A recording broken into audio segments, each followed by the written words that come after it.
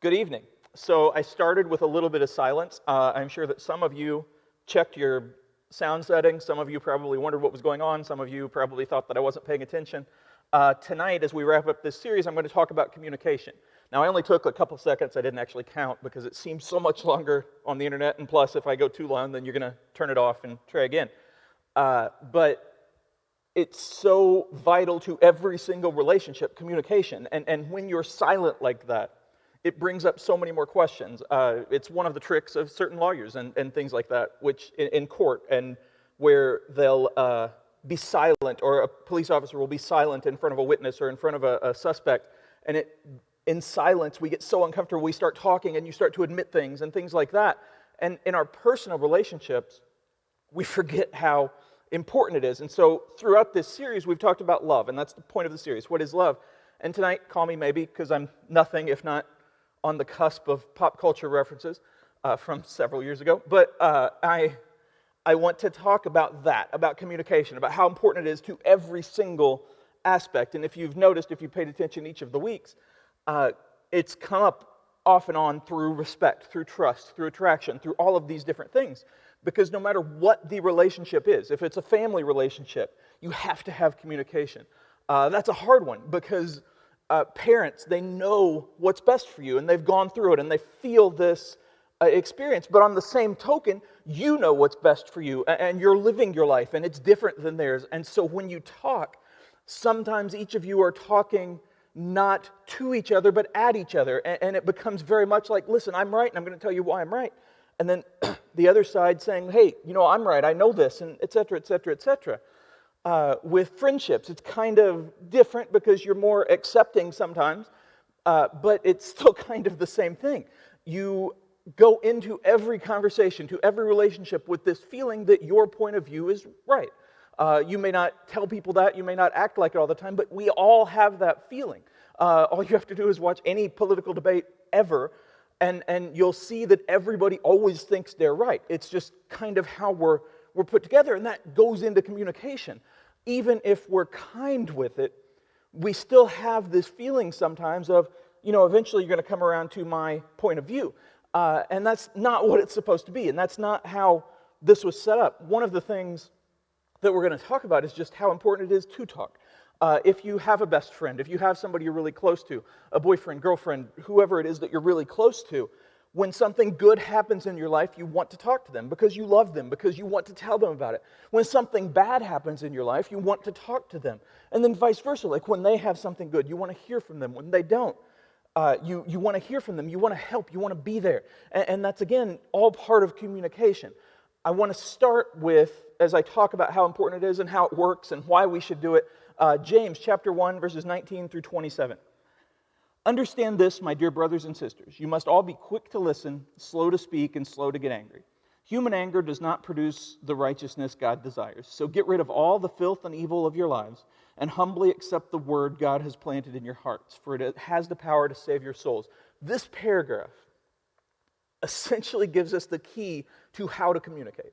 Now, in terms of being able to, in terms of having the courage, in terms of having the confidence to talk and to share things, that's different. But this tells you, once you start texting, once you start talking, whatever it is, this tells you how to do that.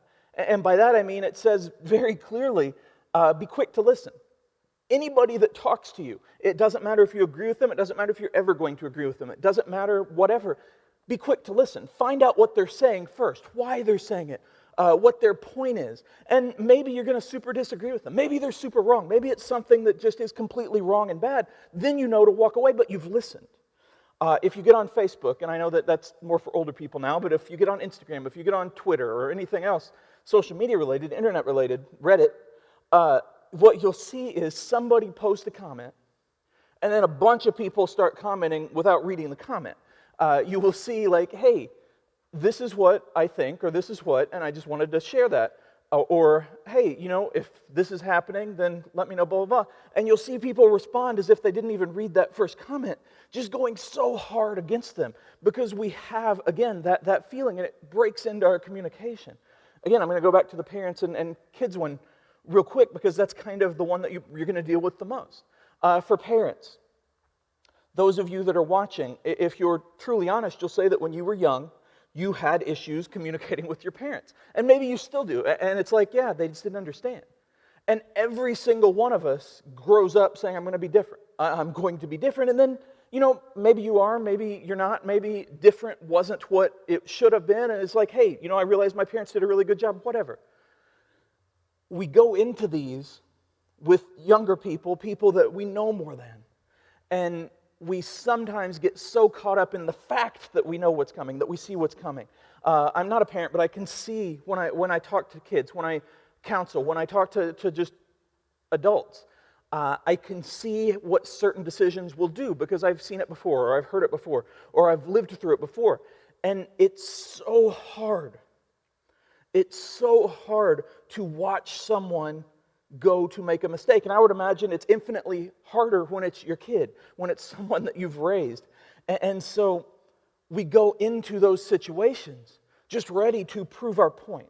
And again, politics. Watch how politics work during the election cycle, how regular people talk. It's not, hey, this is what I think. What do you think? Let's talk about it. It's, this is what I think. If you don't think this, shut up. I'm not saying you say that to kids or anything, but I'm saying that we speak sometimes, all of us, from this perspective of, I'm right, you need to listen. Now, obviously, like I just said, it's important to listen, so the kid, the adult, whoever should listen too. But we also need to remember that we have to be slow to get angry. We're not here to convince people. We're here to help people. We're here to talk to people. We're here to share with people. We're here to be honest, to communicate. And that's what happens in each relationship. That's what the healthiest relationships are. I would imagine that the best marriages are the ones where the people talk. They're honest. They share what they're going through. They share how they're feeling. They share where they've been. They share all of these things. Parent-kid relationships, you work on this communication, and it can be hard because going to kids for a second, to teens, you're going through so much in terms of growing up. And as I've said many times before, half the people in your life treat you like you need to be your age and not have an opinion and just stay in your corner. And half the people are like, hey, you need to mature and stand up and take responsibility and blah, blah, blah. And so it can get really confusing. And throughout all of that, you're like, oh, I'm right. It's like a first-person shooter game. Like, you're the only perspective you see. And so it's like, I'm right. I know that I'm right. And so I can't believe that my parents don't see this. I can't believe they don't understand what I'm feeling. They've never been this age. They've never felt this way. They have. Now, they should be helping you to understand that they have, but they're still responsible for you. And so it's a way different thing that we don't understand. They have this responsibility where it's more than what's happening to you. It's like they have the responsibility for themselves, but also for you. And you could be like, well, that's not fair. I'm old enough. I'm 15. I can do what I want. That's not how life works. And so that's where it all comes down to, not who's right, not who's wrong, not who's doing better, not who's doing worse, but start every conversation, every relationship, every communication session with being quick to listen. Now, obviously, as you saw at the beginning, if you're just standing there silently and everybody's listening, nobody's talking. So be wise about it. But still, when you're talking, when somebody comes to you and starts talking, listen, be quick to listen. Don't listen in order to respond. In a relationship, a dating relationship, in a family relationship, in a friend relationship, in a church relationship, whatever it is, don't listen just to respond. Don't be like, okay, well, they said this thing on the third word. I'm going to really hit on that as soon as I get a chance to talk again. That's not what I mean by listening. When they're talking, whoever it is, listen to what they're saying. Not how they're saying it, not why they're saying it, but listen to what they're saying. And then, when your turn to respond comes, as conversation works, take a second, not like a weird second, but take a second and be like, okay, this is what you said. You don't say this out loud, you're thinking this. And then you respond. Now, if there's something that was unclear, don't be afraid to ask, hey, what did you mean by this? But our tone matters. And this is something where on texting you can get into a little trouble because you can't see tone unless you're all caps, or, for people of a certain age, all caps is just how you type. I'm not there yet, but not far away. And so it's hard to see that. I want to say this before I go on. One of the things that gets minimized, and I feel this myself because I'm introverted and I deal with anxiety and depression, I live in a world where people want to understand but don't fully understand, because most people, not everybody, obviously there's a good percentage of people that are introverted and in this same kind of life, but a lot of people see things the way that they were raised. And so they see things as this is how you should be. One of my first employers was always calling me into his office and talking to me because I didn't talk exactly like he did. And I'm not saying accent or anything. I'm saying because I was quick to listen. Not necessarily because I was being biblical, but because, I was very much, I felt less than, which is on me, but still I felt less than. And so I would listen to people. And then I would chime in when it was important to chime in. And I still mostly do things like that. I have, especially over the last year, come to talk a lot more. But right now I'm talking to one person and then a bunch of people in theory. But throughout my life, especially lately, a lot of people are very much like, well, I can't wait till we get back to normal, which is good. I want us to be back to normal. I can't wait till church starts again and youth starts again. But as they continue, they're like, this Zoom stuff, it sucks, and it does. Or, man, I'm so tired of just texting, which again, whatever. For me, those are my comfortable forms of communication. Like, with whether it's my girlfriend or my sister or my friends or people like that, I text most often. Now, that doesn't mean that if somebody calls me, I'm going to stare at the phone emptily and be like, oh my gosh, I got to text them. I will do that from time to time. But it's like, you have to be capable of having the communication that other people are comfortable with also. But to minimize something like texting or even something like letters or emails, it's basically saying your way that you're comfortable with communicating doesn't matter. And we want to be careful with that too. Because as much as texting is fairly new in the terms of life, it's still a way to communicate. One of the things that I've seen a lot is this meme that is on the internet sometimes, and it's about a bunch of people now on their phones and just staring down, and then it's sliced in half with a bunch of people from the 30s staring at their newspapers. And it's because we're comfortable with what we're comfortable with, and we see that as normal, but the things that we aren't comfortable with, we don't see as normal, and it's very hard.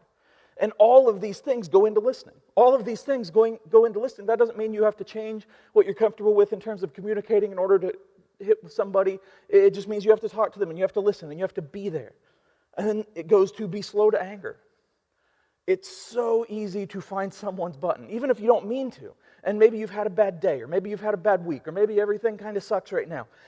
And you're in a conversation, and somebody says something that just really ticks you off, like LeBron is the GOAT, which is insane. And I cannot understand how anybody would think that by just simply looking at his finals record alone.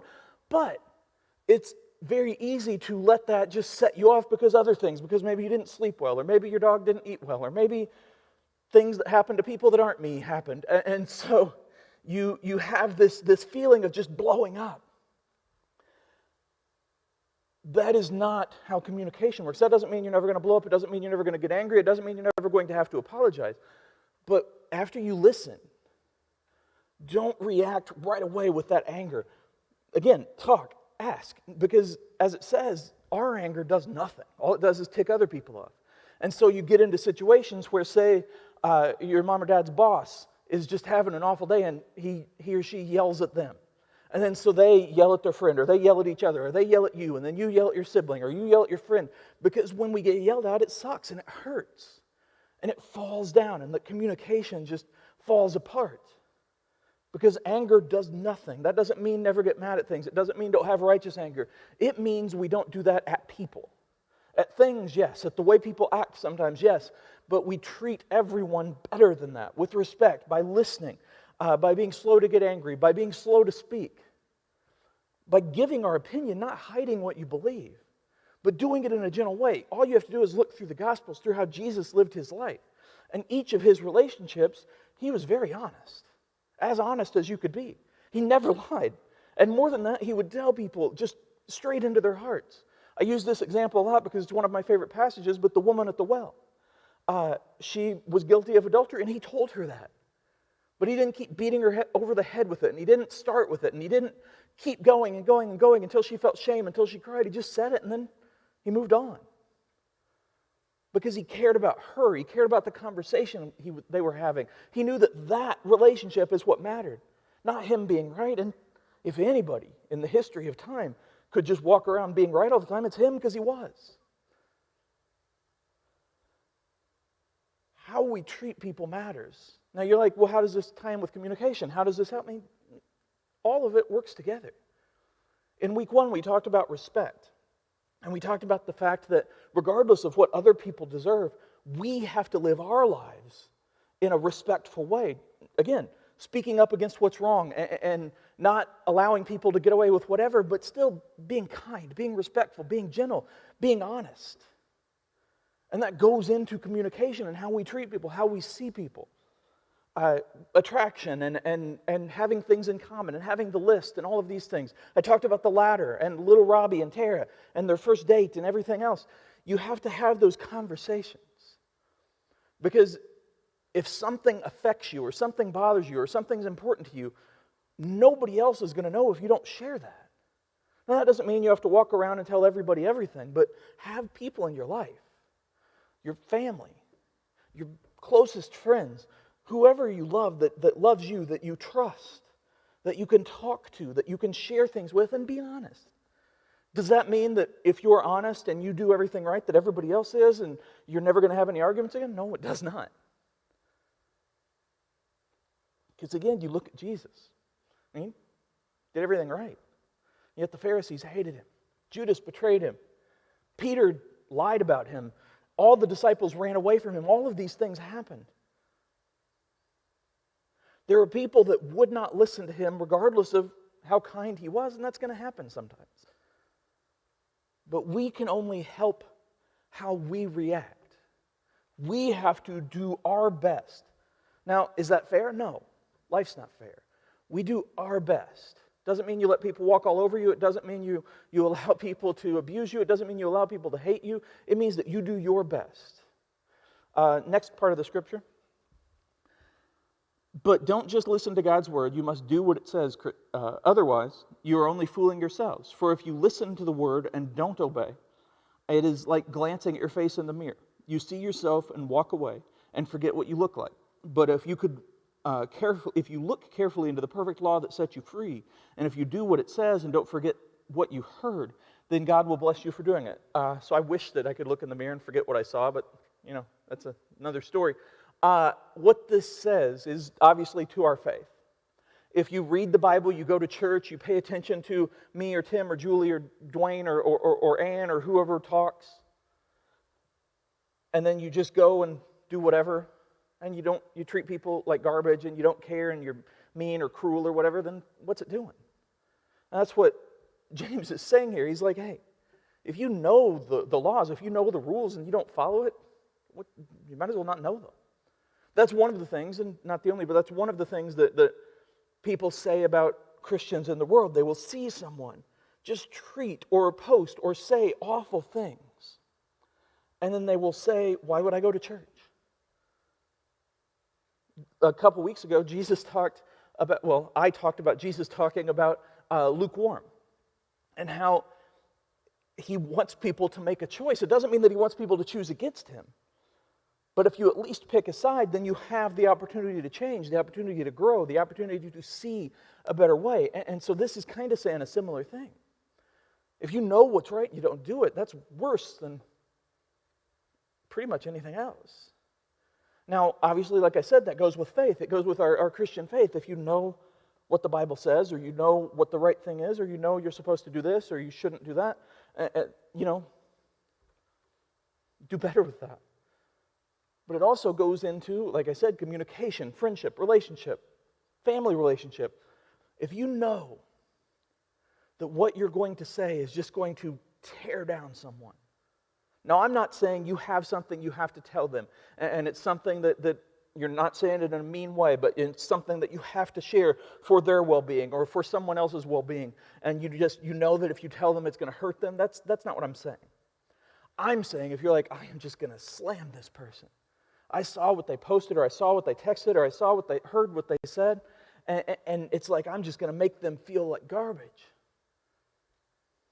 What's the point? The point of life, the point of communication isn't to win. I love to win. Before I came here, I was doing Madden challenges for the Ultimate Team, and you get to open new cards and all of these things, and I love to do that. On Fortnite, I get first, second, third pretty much all the time. And yet, no matter how many times I win, if I get second, I'm upset because I want to win. And absolutely, when I have conversations with certain people, every people, I want to win those. Now, it's not that I think that it's a competition necessarily, but I want to be right because I like being right, because I'm always right. But it's like I like to be right, and we all feel that. But relationships, they're not a competition. You can't win marriage or win family relationships or win friendships. You can't. And so, if you know that what you're going to say is going to truly hurt someone, and there's a way to say it better, there's a way to help through it, there's a way to be more gentle, you've got to choose that. And this is all part of communication. Again, this does not mean don't be honest. Be honest. But we learn from Jesus, who was able to be honest gently, who was able to be honest kindly. Last part of the scripture. If you claim to be religious but don't control your tongue, you are fooling yourself and your religion is worthless. Pure and genuine religion in the sight of God, the Father, means caring for orphans and widows in their distress, and refusing to let the world corrupt you. I've said this several times before to youth groups, to church groups, adult, big church, whatever you want to call it. There are a lot of reasons why people choose not to go to church. And I'm talking when things are normal and we're able to go to church. There are a lot of reasons that people will think of or have, right or wrong, for not going to a certain church or not following Jesus. Now, I believe fully that that's the only way to live, and it's the best way to live. And that's why I do this. I wouldn't be able to stand in front of you and talk, figuratively, if I did not believe that with my entire heart. But it's a choice, and there are a lot of reasons why people choose not to. But by far, the greatest enemy of Christians is Christians. It does not mean that every single Christian is wrong. It does not mean that every single Christian always screws up. It does not mean any of that. What it means is we have to be held to a different standard because we say that there's a different standard. We have to live differently because we say that's what we're supposed to do. And so you can't say, well, they did this, they did that, this is how they're treating me. No. We're Christians. We are supposed to be Christians. It's not, in the Bible, it doesn't say, hey, be a Christian until someone that's not a Christian comes up and says something mean to you. And again, you don't have to accept that. Or be a Christian until someone just completely disagrees with your political view. Then just let them have it. Pretty sure Jesus never said that. Now that also does not mean that there's no point to this. There's a very big point to this. Because we do our best. I believe that. And we just have to learn from our mistakes and keep moving forward. And again, communication. This comes from communication. One of the things that throughout time, I think that the capital C church, in case you didn't know what a C was apparently, capital C church has failed at, which is the full organization of all denominations and blah, blah, blah, is communication. Because it tends to be more on the don't do this or you're going to hell rather than this is why. When I talk about relationships, I do my best to come at it from a perspective of this is why this matters. Not just to tell people, because. Now, this does not mean that you go to your parents and say, hey, you said this was a rule just because. It doesn't matter. It's their house. What I'm saying is, this passage talks about communication with each other, with Jesus, with everyone. We have to do better. Actions may speak louder than words, and they do. But our words are our greeting to the world. Our words are what people see or hear. Most of the time, people won't find out about your actions, which doesn't mean you should spend all your time talking and never doing anything good.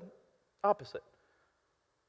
But your words are what hang out in the text messages, what hang out on the post. Your words are there. Most of the time, when you do something good for someone, there's not a camera crew following you and documenting and then posting and making sure the world knows.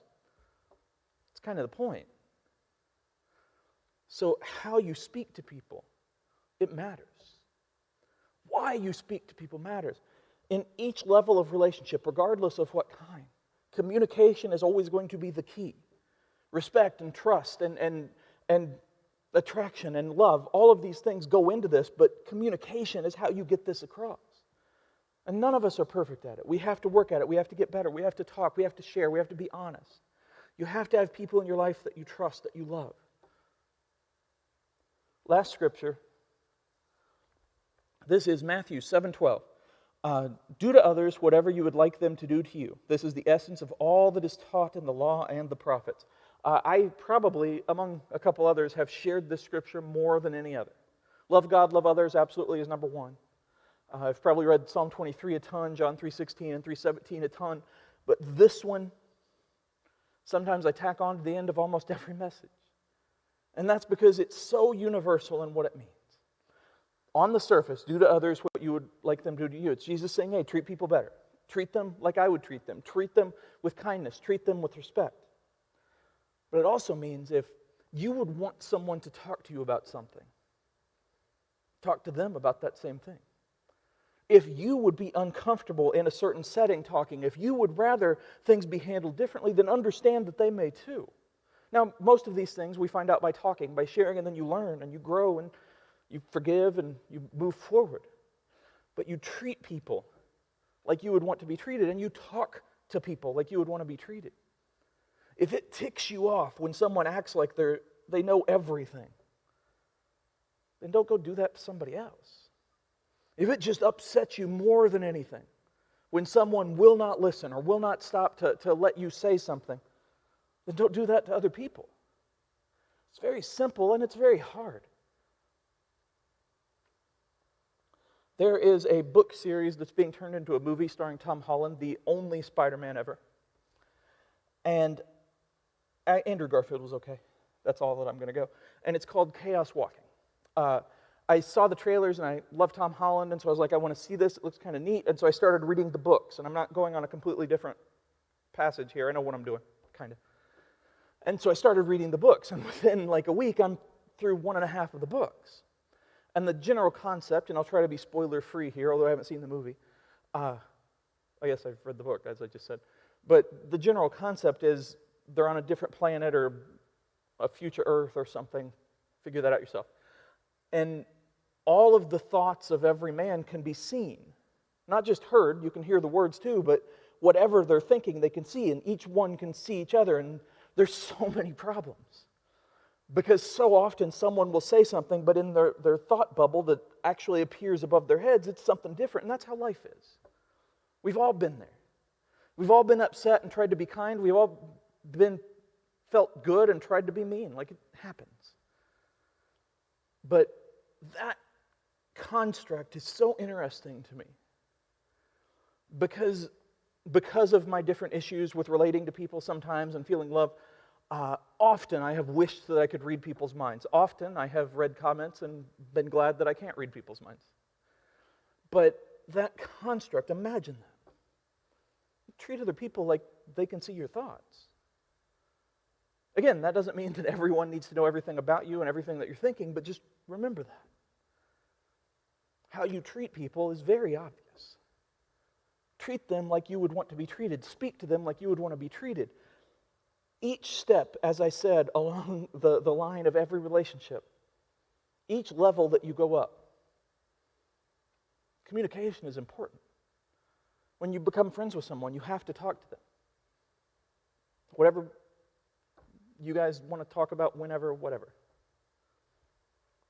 Family relationships, parents, kids, brothers, sisters. You have to talk. It's going to be hard sometimes because, as I've said and as you know, if you're together so much, especially during a pandemic, you're together so much, you're going to have hard times because you're going to be upset. You're going to see each other at your worst. You're going to see each other at your best. You're going to step on each other and somebody's going to take the last of the peanut butter. You got to talk. Dating relationships.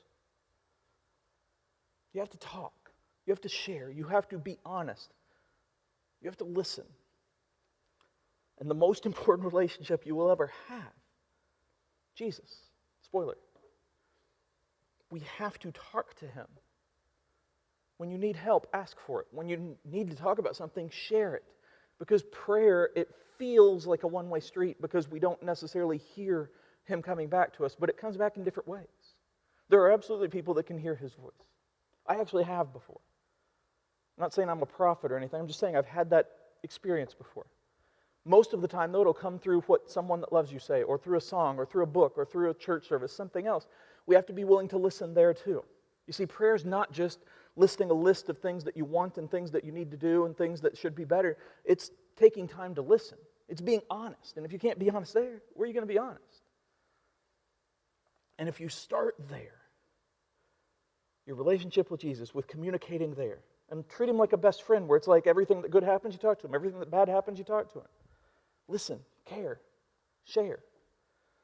And if you start there and you work on that relationship and you really truly build that relationship, you will be shocked how much of an impact it has on the friendships, on the family, on the dating, on acquaintances.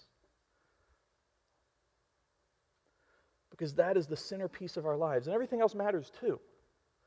But if we can work on that and you can communicate there, then you learn that you can communicate anywhere because you have that stable influence all the time. This series is called What is Love? And absolutely, you could comment under the picture right here and say, well, you talked about trust and respect and attraction and communication, but I think this is involved, or I think this is involved. Yeah. Love could have stretched for a long, long time. But the point is, love is the center of everything. Our love for Jesus, our love for others, our struggle or hope or ability to try to love ourselves, to live in that love, to do our best, to build that center relationship, and then allow that to flow into all the others. All of that goes into this. Through this series, we've talked a lot about love because that's the point of the series. I'm not going to say that that's the word that comes up the most in the Bible, although it is. See what I did there? What I'm going to say is I've built my entire life in ministry around 4 words. And I've said them previously. Love God, love others.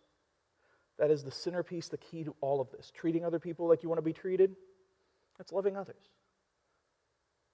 Being kind, being honest, doing your best, loving God. Communicating, loving both. Trust, respect, finding those, earning those, living with those. Again, both. As I said earlier, it's a simple concept, but it's very hard to do. And as adults, we fail at this. As kids, we fail at this. As adults plus, we fail at this. But, man, do we succeed. I have seen people mess up and mess up and mess up, but then get it and completely change and completely grow and just be such a force for good. Fortunately, I've seen the opposite too, but for us, do your best. Communicate your feelings, your love, your hopes, your dreams with Jesus, with parents, with family, with whoever that you can, that you trust, that you respect, that you love. And know that you are worth it. One of the things I've said before, and I'm going to essentially end on this, you don't have to change who you are to be worthy of love. Doesn't mean that you shouldn't change who you are or how you live. Maybe you should. But that's something that God will make clear to you. But you are already worthy of love. Do everything you can to show everyone else that same love. That's all I got.